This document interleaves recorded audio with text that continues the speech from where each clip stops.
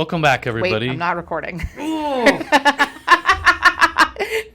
Hi, I'm Lauren. And I'm Matt. And this is Publish and Prosper, Where publishing, e-commerce, and marketing collide.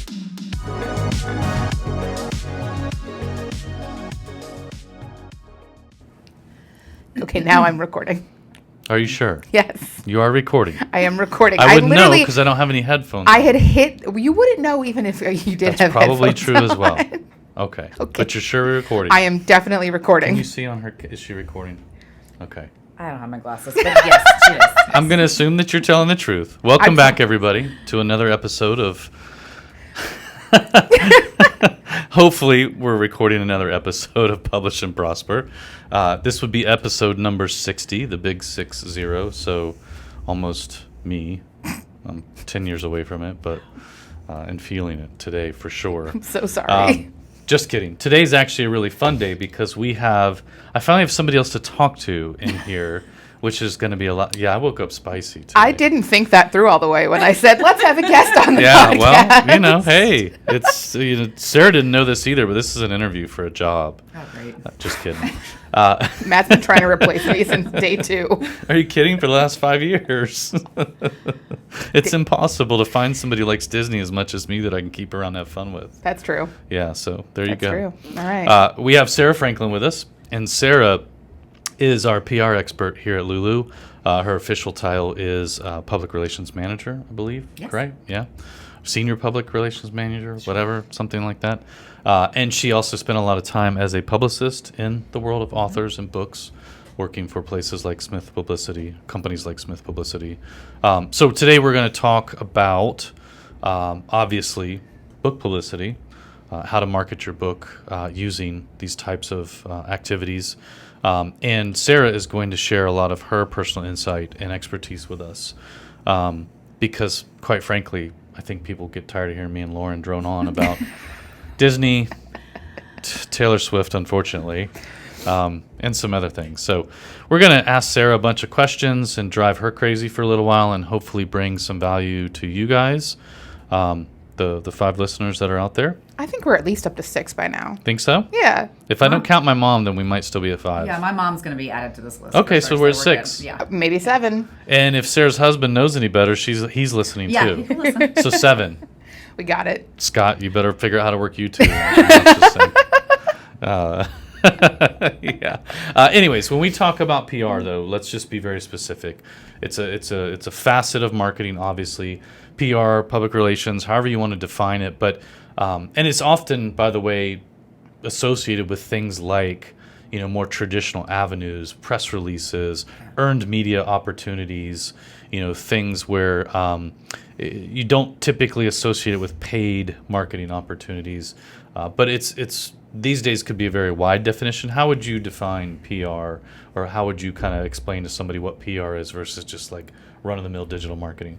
Yeah, it's a great question. So a PR is anything that is earned. So if you open a magazine and on one side you see an advertisement for something, there's complete control around that. There's somebody provided the image, they provided the copy, any context, any call to action.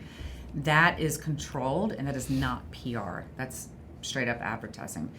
Maybe on the other side of the magazine, on the other page, there's an article written about a specific topic for the audience who subscribes to that magazine.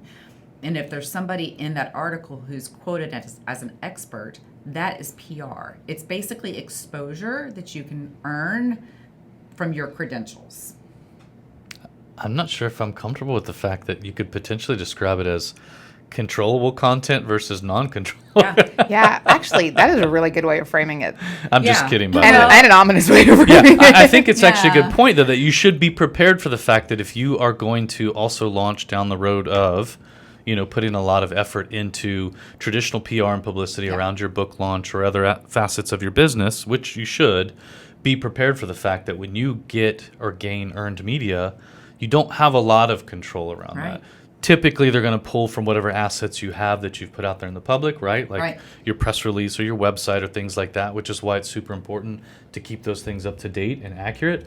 But, be prepared for the fact that you didn't pay for that. They decided they wanted to talk about you, and so you do lose a little bit of control. But for the most part, I think we would find that that's a good thing. So Yeah, I mean, there's a saying in publicity that there's no bad publicity, but it's uncomfortable if you are exposed in a way that you don't want. Sure. And you also, Yeah. as you know, if we're speaking to authors directly, like you have to be ready for it too. If you engage and try to go out into the world of media and get PR, you really have to be ready and comfortable with talking about your expertise or your book. That's a great point too. Yeah. I think that a lot of people go into marketing their books, their book launch process, and even PR activities, and sometimes are not prepared for the fact that they will get asked to come on 3 different podcasts, and they're like, oh crap, okay, and then they gotta kind of readjust and reset and figure out, like, how do I get comfortable with being on a podcast or being on some sort of video interview, or being asked to come to an event and get on stage. Like, that's a big one for people. So that's a good point. You should be prepared for those things. I mean, what is it like for an introvert to be on a podcast? Do you have any experience? Well, I'll tell you, the way that I'm comfortable with it is that I have total control over this thing. That's a joke too. I don't have any control over Lauren. Obviously, anybody who's listened to more than 10 minutes of this podcast would know that. No, but it's a very you good trust question. that I have total control over this. Well, so. that's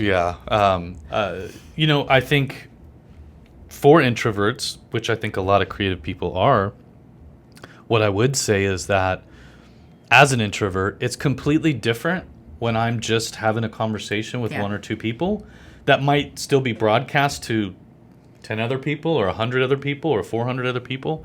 Or even when I get on stage and do presentations, it just feels different because I just feel like I'm talking to like one person. Right. It's hard to explain. So it's actually not as bad, I think, if you're an introvert and you do find yourself in a situation where your PR efforts are paying off and you have to get on a stage or you have to get interviewed. I would say it's actually not as bad as you probably think it is. You should still be 100% prepared. Right. I think part of it too is I always feel confident in what I'm talking about, so I'm less scared to get on a stage or on a microphone because I don't know, I just feel confident when I'm talking about it. I think that helps. Yeah, I think that makes a huge difference. Like, I mean, even just in like what the podcast episodes that we do, like I know I always feel better about coming and doing episodes that it's a topic that I'm like, I could talk about this in my sleep. Right. Like that just immediately I'm like, okay, this, not that I get nervous about doing podcast episodes at all anymore, but it's always just that little bit easier when I'm like, this is something that I know like the back of my hand. And it's so easy to talk about it. So there's always that. So what do your bracelets say? Oh, I wasn't sure if we were going to do this today, honestly. Why not? Oh, I just didn't know. I thought I about let bringing Sarah one ask for you. Sarah. But Yeah, how rude. I won't We give have her a guest and you didn't any bring her a of these. bracelet? I know, I'm so sorry. She And these gave me are a bracelet that says Lulu on it. I but did. I wear quite often. I don't have did. it on today though. Maybe I'll make some more for London Book Fair. Yeah, well. But yeah, these are kind of grim today. Sorry, I hate it here, which is not accurate for here. Oh. It's more about the state of the world what in I deal general. with? It's fine. You're on your own, kid, and this is the end. Wow. Wow, they are actually Vibe really grim today. Major vibe. Okay. No. Sarah had no idea she was coming on the Doom and Gloom podcast. I also have a bracelet that says doom and gloom. The Elder Emo Hour. I do. Oh my God. I'm sorry, Sarah. God bless, prosper, and Wait. plummet. Oh. Wait, For that was incredible, but I also don't want to move past the Elder Emo Hour. Yes. That's my new podcast name. Oh my gosh. Well, actually, watch that'd that. probably be pretty good. Yeah, I would watch it too. Could be fun. Yeah. Could be It's fun in the same way you watch a train wreck. Yeah, Yeah. that's fun. Okay. All right. All right. Okay. Let's jump in here. Sure. Let's ask Sarah let's make Sarah uncomfortable. All right, great. All Well, right. I don't want to do that. I want to make my guests feel comfortable. You already have made her uncomfortable. Let's just keep going with it. She's fine. Well, okay, so I do want to kind of acknowledge that as we're talking through this, that there are two pretty different approaches to PR and earned media and all that. And that would be authors that want to go about doing it themselves, doing the work themselves, whatever they have to do, and authors that want to hire a publicist. Yeah.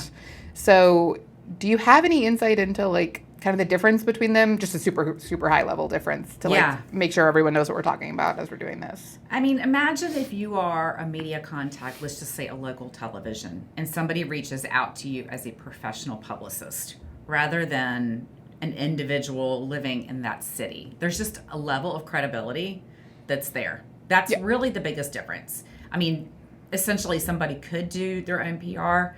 I don't say that. I mean, it's something that you absolutely could put together a plan, and I know a lot of our authors have and have been successful with it. But there is a little bit of credibility. Okay. Yeah. So it's really up to like the author and what they know their strengths are. Yes. Pretty much. Yeah. And Yeah. if you're doing it as an author, you need to plan a lot. So, and you're going to make mistakes. So just get used to it. I think we've done an episode around what you would need to do to be your own publicist. Yes. And there's a lot of work that goes into it. And I'm sure Lauren will link to that episode I will. at the bottom of the it's show notes for this episode one. number 13. There you go. Linked. A It'll long be time linked ago. in the show Lucky notes. 13. Yeah. Yeah. Yeah. Well. And now we're at episode 60. Wow. Gosh. Yeah. Okay. But I think there's a lot to be said there for the idea of credibility or authority or, validation where, a local news outlet or whatever it might be, you're getting, two sort of solicitations, one Yeah. from a publicist and one from somebody who's like, hey, I just wrote this book, blah, blah, Yeah. blah, blah, blah. It's not that the individual can't have success with it, and we've talked about this, and it can happen. But, yeah, I think a publicist carries, obviously, a level of authority that, again, if you can afford it, it's genuinely worth. It's just like editors. We talk about editing all the time. Like, these are things where if you can afford to do them, you should absolutely do them. If you cannot afford to do them, then absolutely do your research on how to be extremely effective doing these things on your own. But where you can afford to squeeze these things in, you should do that. And I think a publicist is, depending on the goals for your book, a publicist is one of those things where you absolutely should spend the money if you can afford it. And some of your goals for this book align with the need for having a publicist, right? Yeah, for sure. If your goal for this book is it's just a lead magnet for your business, then you don't need a publicist, right? And you could probably figure out the few things you need to do, a press release and some other things on your own. If the goal for this book is to reach as many readers as possible in the genre of, let's say something to do with sustainability and, something like that, then you're probably going to want to hire a publicist to get you on as many, podcasts and TV shows and news outlets as you can, where the topic is something like sustainability or environmentally friendly practices or things like that. So, Yeah, there's also like a rules of engagement that publicists understand. How many times to follow up or when to follow up, when to leave it be. That kind of stuff. What to provide? What is your client going to need to be prepared, and what is the media going to need to be prepared? yeah. So that's always easier for me when they're approached by a professional. Yeah. Is there a good time to start thinking about publicity? Like, at what stage in your writing and or publishing process should somebody start thinking about publicity? Are they starting the publicity plan around the same time they're starting their pre-marketing campaigns, or is this something that you really push a little closer to launch, or when should they start thinking about that? It all lines up, and you mentioned this, with the goals for the book. So when you're sitting down to put together even your outline for the book, if you have lofty goals of reaching a wide audience, then you should absolutely start thinking about it then. So, let's say, I know my audience here. Let's say you're writing a book about going to Disney. And for the record, I'm not a Disney adult. So. Boo! We let her hang out with us anyway. But if you're writing a book about Disney, you need to think about when you're going to launch it. When are the popular times to go to Disney? Maybe the spring when the weather is nice. So do you want to launch it at that time? You need to be thinking about who is going to buy this book, where they're going to discover it, how they're going to discover it. So, parent blogs, it's mostly, the data shows it's mostly, women over a certain age are the book buyers in the family. Yeah. So as you put together this book, you should really have your audience in mind. And then that's a great time, when you come across a podcast that talks about vacations or something, jot that down, start your spreadsheet, put together the list of places that you think would benefit from showing their audience the book. Yeah. So to answer your question, it's really at the beginning. But when you start thinking about outreach and publicity, I would say you would want to start your outreach 6 months before publication.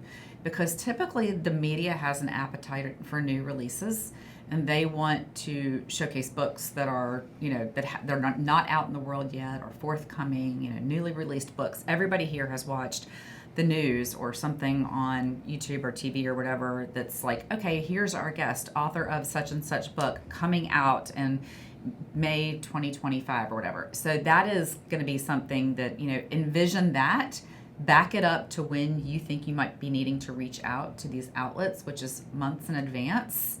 And then, follow up with them along the way. So 6 months, I'd say. But if you are launching a book next week, it's not too late, but get going. You're behind the curve. You're behind the curve. Yeah. Yeah, I mean, we did just do the episode also on pre-order campaigns where we made that same point that if you're waiting until launch to market your book, you miss the boat. Yeah. I that's interesting because I would not have thought 6 months in advance for media contacts, and that's good to know. You know what I mean? The idea that you would go potentially on another podcast show, whatever that might be, and talk about your book pre-launch in more cases than post-launch, or in as many cases as post-launch. I hadn't thought about that, but that makes some pretty good sense, especially considering, what you're writing, again, what the goals are for the book, things like that. So that's good to know. Yeah. Within that timeline, within that idea of, you're starting to think about your publicity efforts 6 months out, everything, if you're planning on hiring a publicist, where in that timeline would you start to shift to that point where you're like, okay, I need to start reaching out to people, I need to, or what does that even look like? Like, how do you go about hiring a publicist? Yeah, great question. So, the internet is a great place to start and also a very daunting and scary place to start.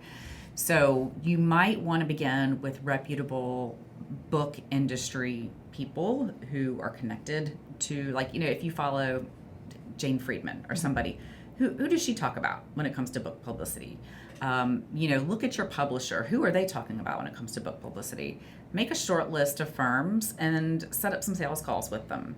And then you're going to want to ask them a bunch of questions. You will want to ask them, do they have staff publicists who have promoted books in your genre? How does your budget fit into what they can provide for you?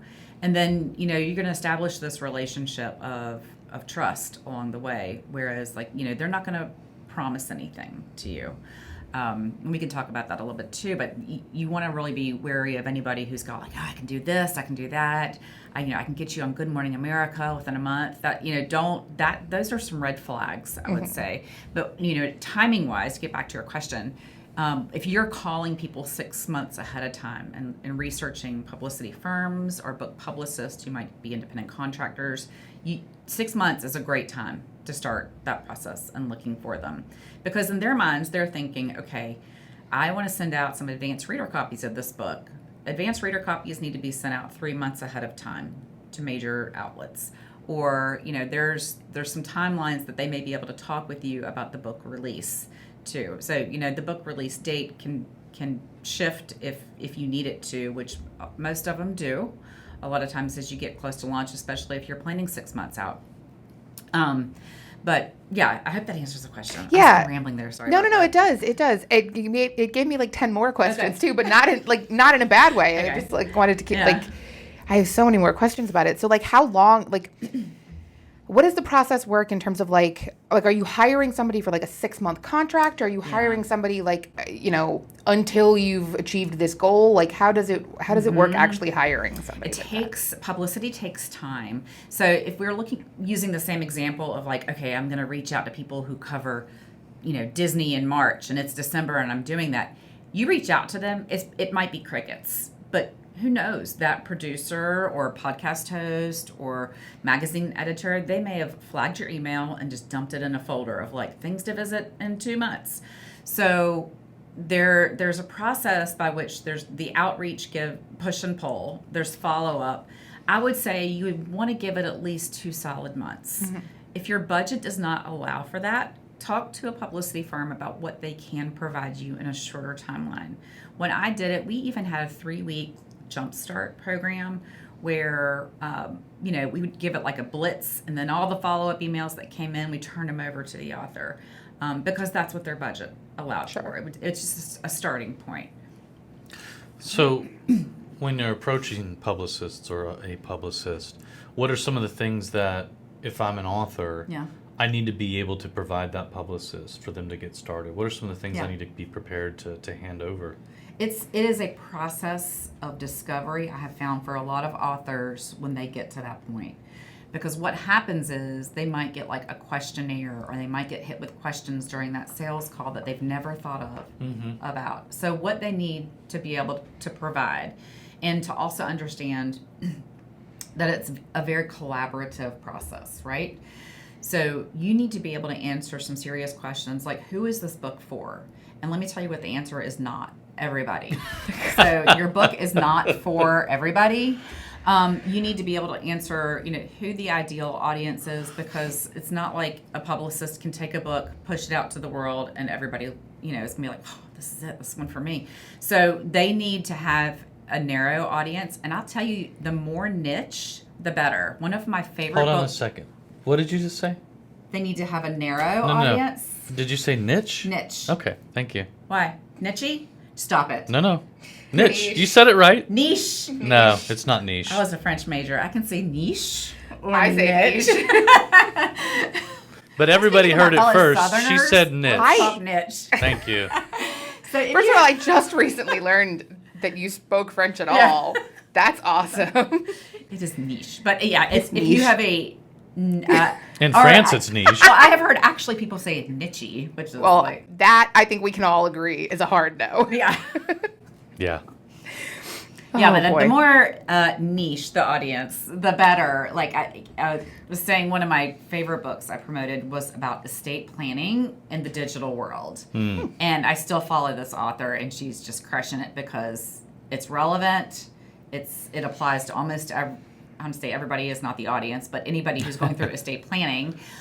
It talks about something that's new and fresh, like what do you do with your airline miles? What do you do with your Bitcoin and all this kind of stuff Yeah. when you die? I mean, Oh. that's new, right? Nobody's really tackled that topic before, but like when you have I something, hadn't thought about that either. Yeah. I know. I have a Maybe ton her of name. airline Yeah. miles. But yeah, these are questions you have to answer. So there are also other questions that can be hard, and some of these are, if you had 3 to 5 talking points about your book, what would they be? One of the other things that is a conversation that a publicist will have with an author is what is special about you and your credentials, and are you willing to get on any kind of media outlet and talk about yourself? Because so many times it's not really the book, it's the person's expertise that matters. Maybe they have a backstory that's connected to it. How did they get from A to B and become an expert in this topic? That's what the audience wants to know. Is, are you comfortable with that? Getting back to something we talked about earlier is, how would you feel about a negative review? How would you feel about Right. bad publicity? You Yeah. need to go through that thought exercise and be okay with it. Yeah. But these are some things you would need to know. It's also ideal when you're researching publicists or publicity companies that you go to them with maybe a list of some ideal outlets. Like, what are your top 3 home run situations? Yeah. Is it Good Morning America, the Washington Post, whatever it is? But also, where are some wins on a local level? Because most people don't start with that top tier media as far as getting recognition. I would also say that it's good when you're researching publicists to understand what on a weekly basis this give and take looks like. Do you have a weekly call? Do you, what kind of time do you have to dedicate to the efforts? So one of the things I know we're talking a lot about nonfiction books today. One of the things that's really great as a nonfiction writer are byline articles. So if you have an article that you've written that would be great to post in an online outlet, print outlet, whatever, as a contributed article. Media love this because, first of all, it's less work they have to do. Second of all, it indirectly promotes your book. So maybe you want to write about, like, let's go back to that same example, what to do with your Bitcoin after you die. That's the title. It's kind of clickbaity, but it's going to catch some eyeballs. Yeah. So this person is going to write a couple paragraphs about where to start with this, and at the bottom, it's going to say, Matt Briel is the author of such and such. It will say that byline at the bottom. So do you have the time weekly to spend writing those things? And if you don't spend your money on publicity. Spend it somewhere else. Because as a publicist, I would go to an author and say, hey, look, I've got this media outlet. They would love an article from you. Can you put together 400 to 600 words about this topic? They're like, yeah, sure. I can get that to you in 2 weeks. I'm like, no, you don't understand. I need this tomorrow. So if you don't have the time to do that, sit back and wait until you do. So that actually, what could somebody actually expect their publicist to do for? So that's a really good point. Like in my head, I'm sitting here thinking, okay, I'm paying this person, couldn't they just crank out that article for me real quick and put my name on it? But it sounds like that's not their job. Like, so, what are the average things that you would expect a publicist to actually do? Like, what should somebody go into this relationship? What should their expectations be versus what can you definitely say a publicist is not going to do for you, like write a byline article? Yeah, so that's a great question. These expectations are I ask all the great questions here. So Lauren. No, you can talk to me. It's okay. There are things that a publicist should do as far as making you aware of what efforts have been made for your money. Mm-hmm. So this might look like a weekly report. This might look like a roundup email at the end of every day. Hey, by the way, Lauren, today I reached out to USA Today editor such and such about your book. I didn't hear anything back, but I'm going to follow up in a few days. And that, because what happens is if the publicist does not communicate that, the author's like, scam, my money was wasted. When in fact, the publicist is probably working very hard because it's not a job where there's a bunch of easy buttons you can just push. So the publicist should make you aware of their efforts. Now, it's not their job to, how do I say this? Don't maybe equate what your publicist is doing to book sales. And that's a very tricky thing to think about. Because a lot of people go in, they say, okay, I'm going to invest this many dollars in book publicity. I expect at least that and more back in sales. That really does not happen very often. Because what happens is you go out and you get exposure. You take that exposure that you get, it builds. You get more exposure. Then you go to, and you keep working on it. And it may be 6 to 8 months down the line after you've stopped working with that publicist that you get a big break. It may be never that you get a big break. So I encourage anybody who's going through this exercise of working with a publicist to look at a bigger picture. Don't look at the typical, this week I didn't sell any books, but I spent this much on my publicist. They can get you exposure, but your expertise in your book, that should be the moneymaker right there. If you wrote a good book and people need it and you get exposure, things should happen for you. So that's what you're paying for is exposure and awareness of your book or brand. Yes. You're not paying for book sales. You're not paying for somebody to create social media content for you. You're not paying for somebody to write byline articles for you. You're paying somebody to take your content, put that in front of media outlets and media sources and their Rolodex of contacts to get you awareness and exposure. It's up to you to take that windfall of awareness and exposure, should you get it, and you need to turn that into book sales, and you need to turn that into social media content, and you need to turn that into more opportunities. Yeah. So I don't think I really answered that question very well. No, that's okay.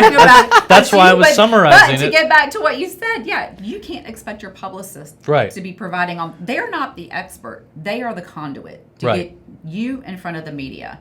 Now, if you get on CBC Canada for your big interview and you decide to do it in your bedroom and the bed is unmade in the back and there are things that happen like that, let's not do it right, do some research. And that is actually another thing that you can lean on your publicist for, is not full-fledged media training, but hey, what are some best practices when it comes to being in front of a camera? Right. Like, there are some things in the media. Don't wear a shirt that has a bunch of patterns on it. Don't, put extra makeup, whatever it is that you need to. Practice with a friend ahead of time. So I should add more makeup to my getup.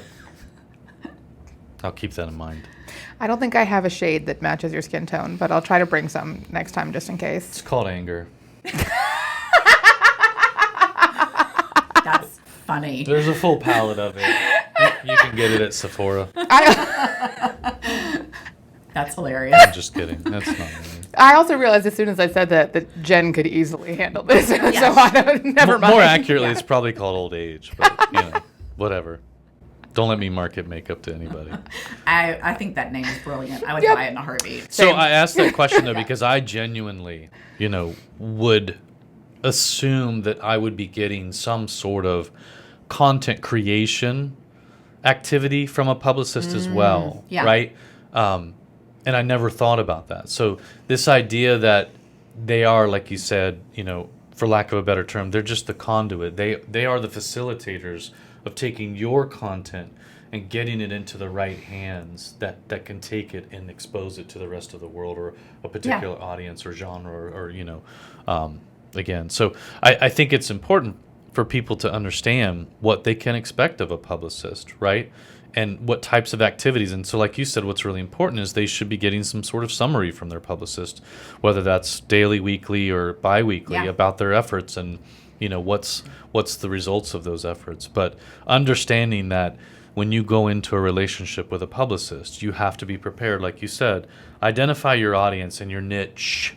Identify, who is this book really written for? What could they expect to get from this book? But also understanding your publicist is probably going to ask you for a bunch of other things, content related, that you're going to need to provide. And at times, they may need it pretty quickly, and you need to be prepared to create that pretty quickly. So I think that's important for people to know and have the proper expectations and benchmarks going into that.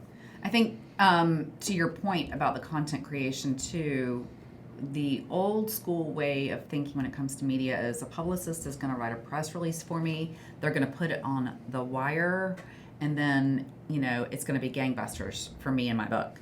And that's not what happens. But your publicist, or you, if you're doing your publicity, should go through the exercise of putting together a formal press release. Even if you never send that press release, it helps shape and form content that you would use for outreach. Go through the idea of putting together 4 or 5 bullets about main ideas and themes that come from your book.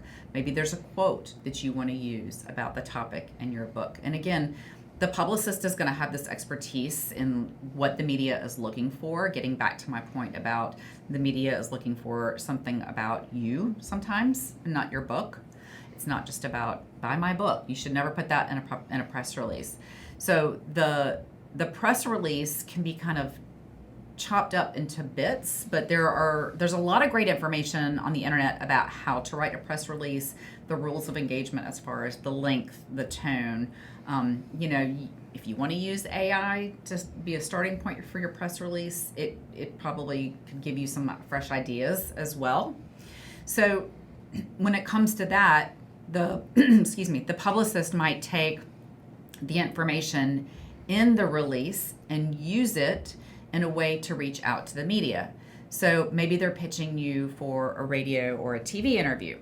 What they may do is take those 3 to 5 talking points or bullets and just send it to a producer real quick and be like, hey, I have a guest who I think would be good on your midday noon show, and here's why. And that producer will look over those points and say yay or nay. But if you are doing this exercise as the author, again, let's get back to that idea of rules of engagement. A publicist knows the attention span of people who are getting literally probably hundreds of emails every day. And if you send 7 paragraphs about why they should have you on your show, I guarantee you they're going to open up that email and click delete so fast, you will not have a chance to get on or do anything. Honestly, fair at this point. I kind of do it too. Yeah. People send me 7 paragraphs. Unless it's Matt sending me. Then I read them all very thoroughly. If Matt ever sent me a 7-paragraph essay, I would assume that I was fired. He's being held hostage. It's actually for sure a cry for help.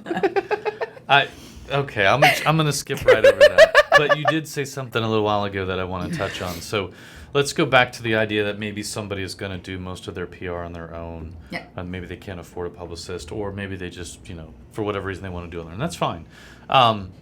So we talked to, or you briefly mentioned, the ability or the idea that you could use AI to help write a press release, which I think is great, by the way. I think, our audiences have various different ideas and opinions on AI and AI tools, right? But we are of the mindset, we talk about this all the time, that AI is great for productivity hacks. And this is one of those things I think AI is perfect for. Because in my opinion, press releases should sound a little bit robotic and nerdy and formal. Yeah. And so that's exactly what you get from like ChatGPT or Claude. And so this is where I would say, it's an example of a tool that can help you with your PR activity, is using something like ChatGPT or Claude and saying, hey, can you create a press release for me with these, specific things in there? But what are some other, if I was going to go about doing the PR for my book myself, aside from, ChatGPT or Claude or one of these AI tools, what are some other tools that I might want to potentially, invest in or look at using, whether free or paid, it doesn't matter. But are there some other tools out there that might help me get a little further along in my PR activities, my journey? Yeah, I wish there were. One of the benefits of hiring a publicist is somebody is going to do a lot of work for you. Yeah. And there are tools that they use as far as having access to media contacts that might not be floating around on the internet. These are expensive tools to buy, and typically, unless you are a PR professional, you're not going to buy them. So when it comes to tools, I would say there's going to be a lot of research. If you're doing it on your own, here's where I would start. I would look up the top 10 books. Go to whatever bookstore website you want to. Look up the top 10 books in your genre. Right. Click on the titles. Look where these people have been featured in the media. What podcasts have they been on? Where have they been, highlighted? Where Do they have a their press expertise? release out there? Do they have a press release out there? Look for that. And then start making a list. And then if they were featured on a podcast that you think you would be a great fit for as well, go to that podcast website. Go down to the footer. Click the contact. See who the appropriate contact is. So to answer your questions, there are not a lot of easy buttons that, as marketing professionals, we can use on a daily basis that are going to be accessible to authors other than AI. Now, I will say it's interesting. I had a conversation with a publicist at the firm where I used to work, and I asked her, because when I was there, AI really wasn't a thing. Right. So I asked her, I said, are you all using AI for your press releases? And she's like, some people might be, but not really. Because to them, what they were doing and how they were reaching out to media works, and the value of having a publicist is that they have built these trusted relationships with media. Because it all comes down to that. You're not going to get PR unless somebody gives it to you. You can't go out. I mean, social media really isn't PR. You're just kind of screaming out into the world. Yeah. So, it comes down to the value is these established relationships they have. And again, I agree with you. Like, for me, AI is something that can help with productivity. When you are writing something that has very rigid-ish guidelines, like word count, start with this, the lead, the quote, whatever it is, I would use it. Right. But that's just me. So, if I was going at it myself, part of the benefit of a publicist is they have these relationships, right? They've spent time forging these connections with the various different media outlets and contacts at these places, maybe podcast owners, things like that. We did a episode 13, we talked about a lot of this and building your own spreadsheet of potential contacts, something you would use every time you launched a book if you were going to do this yourself, and what the value of that is. And that is, essentially, again, a publicist, one of their most valuable assets is the fact that they have their own spreadsheet or Rolodex of contacts, and that's really a big part of what you're paying for. So it makes sense that there's probably not a lot of tools, quote unquote, out there to do publicity with. And so aside from creating a press release or two using ChatGPT or something like that, putting together your own spreadsheet that you're gonna probably manually do. There might be a tool that helps you scrape, go find all the podcasts that deal with this particular Yeah. topic and pull the contact info for me, right? You could probably use an AI tool to do that for you. But at the end of the day, you're still compiling a spreadsheet, an Excel or Google sheet of these contacts, what outlet it is that they work for or that they're a host on or whatever that might be. And so to me, again, PR really is this more manual process activity that does require a delicate touch from somebody who has relationships, trusted relationships they've formed. And so it just adds value to the idea that if you can afford it, you really should hire a publicist. But if you can't, just know that the tool sets are limited, but you can make good use of what's out there to try and shorten the amount of time that you have to spend combing the internet for these things. But those are some really good ideas to start with. Again, finding those top 10 or whatever in your category, your genre. Where did they go? What have they been doing? What is their sort of book tour look like out there on the internet? I think that's a great way to have people start looking for those things. I do want to point out too that because we break these topics up into episodes, we tend to talk about them like they're siloed things and they're siloed, you're doing your book publicity right now, you're doing your book marketing right now, you're doing your book whatever, and they're not you shouldn't actually approach them that way. Right. They are all things that go hand in hand with each other. So we talked about, we did an episode on metadata recently and maximizing your book discoverability. And we talked about tools like the Publish AI toolkit and SparkToro for keyword research. And those are both tools that I wouldn't necessarily consider them publicity tools, but SparkToro does have a thing in there when you're doing audience research, it'll tell you where those audiences spend time on the internet. And that includes what podcasts they listen to, what blogs they follow, stuff like that. So that is something that as you're doing your audience research and your keyword research, you might want to make note of, I saw these places recommended. Maybe when it's time for me to go about my publicity efforts, this is where I want to start. Or the Publish AI tool, one of the things it includes is comp titles. So, maybe this is where I want to start with doing my research into what these comp titles did for their publicity efforts. So, even if there aren't tools that are directly dedicated to publicity, there are other tools that we've talked about that will help you with your publicity efforts. Parallel in that. Yeah, that's a good point. Yeah, that's something that I that was not around when I did it. And I would have loved that because I think the author would have been able to kind of look at their book from an outside perspective because they've been entrenched in this book since they started writing it. Yep. And so it's almost like, okay, so how is my audience looking at my book?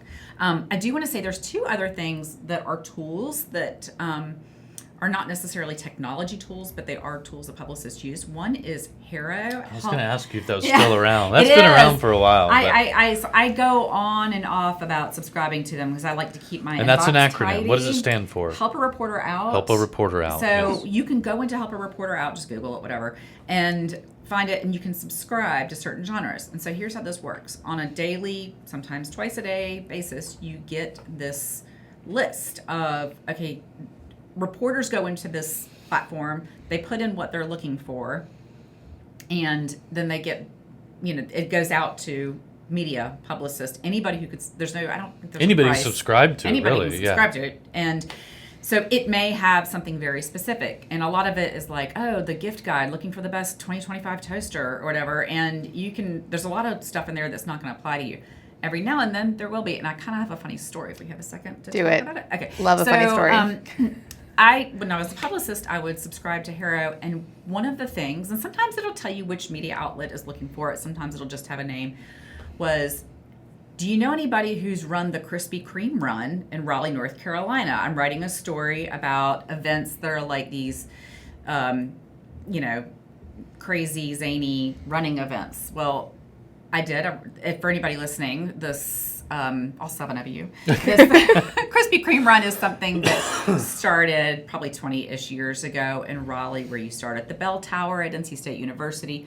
You run to the Krispy Kreme donuts, you eat 12 donuts, and you turn back around. It's a total loop of 5 miles.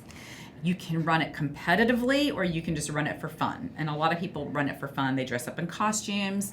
But as you can imagine, after you eat 12 donuts, you kind of have to watch where you run on the last part of the thing. So here I am on Hero, just, for my clients or whatever. I see that. So I just send a quick message. And by the way, getting back to the mechanics of Hero, you have to be fast.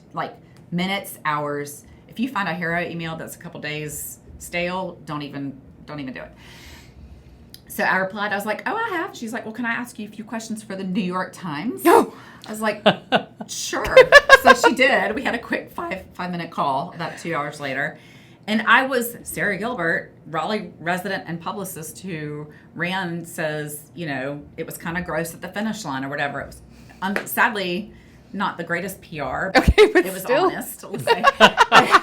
I mean, what do they expect from a bunch of people who just ate a dozen donuts and then ran? I know. So here I 2.5 am, a miles. publicist trying to get like the best outlets for all of my customers. I end up in the New York Times within like a day just because I was like, well, I've run it. I don't know how many people who run this crazy race.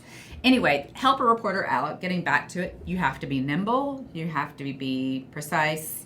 And that also drives down the point your authors, your customers, clients, whatever, they have to be ready to engage as well. Yeah. There's another platform that I kind of discovered in the last couple of years called Featured. And I'm sorry, I don't know what the URL is. Maybe we can put it in the show notes something. But so Featured is a little bit the same. It asks questions about expertise. And for me to understand how it worked, I went through the exercise of using it.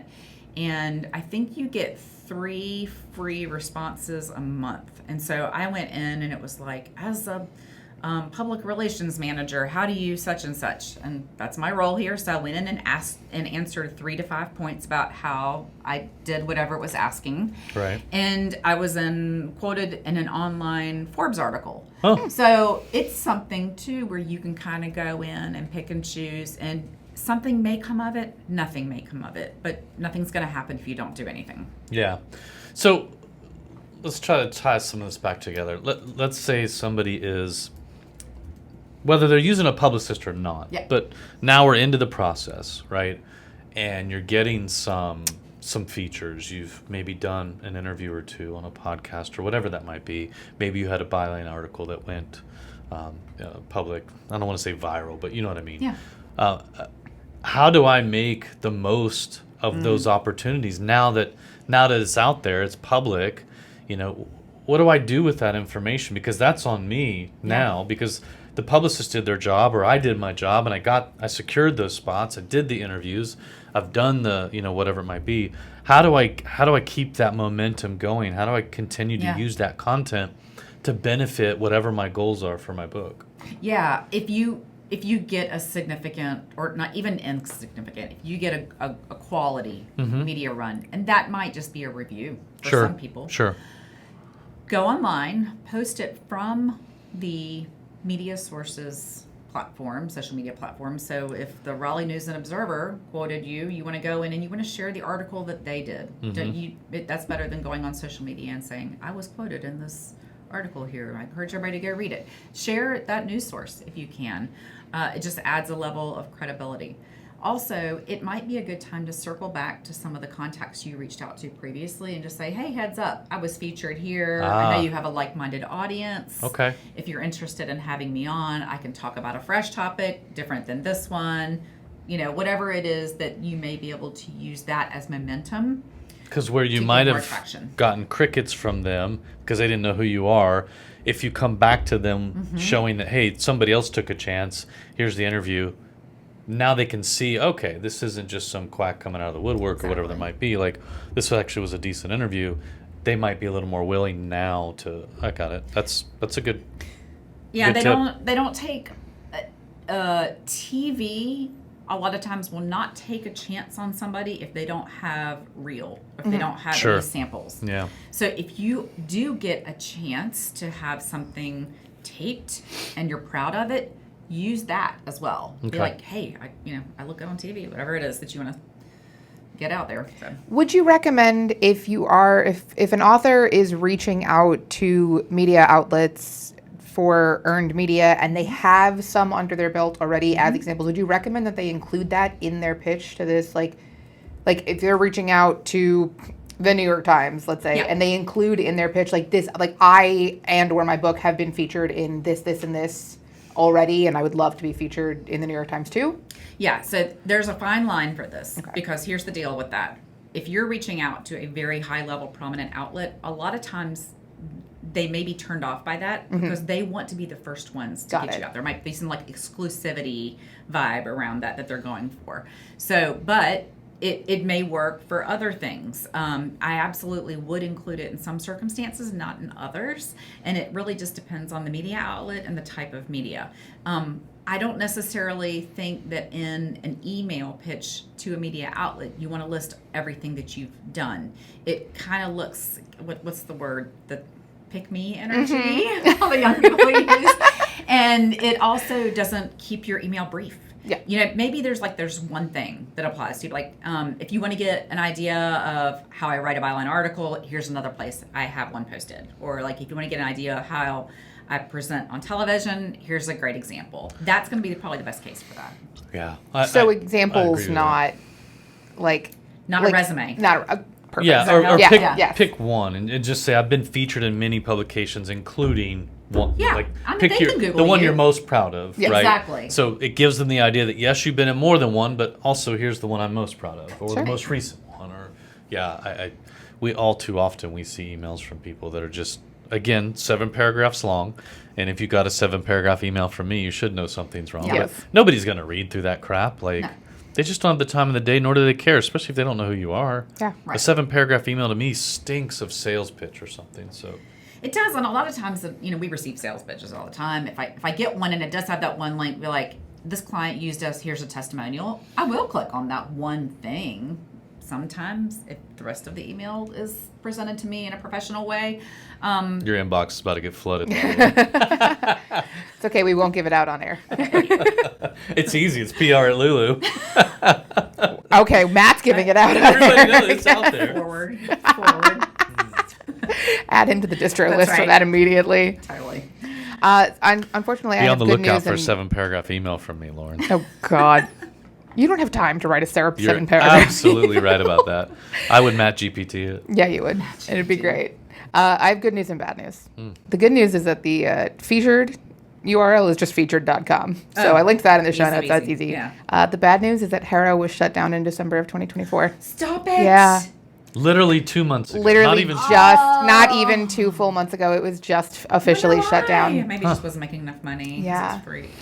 Okay, we'll get on But- featured, everybody. Yeah. I don't, they don't pay us or anything. I just used it once and it worked for me. Might be a great place to I start. did see a couple when I Googled Harrow. I saw a couple websites pop up as like the new alternatives to it. So Okay. that might be, but obviously we haven't vetted any of them or Yeah. have any experience with them. Yeah. But that's a bummer because I also did Yeah. use Harrow Yeah. a couple of times and it was cool. Yeah.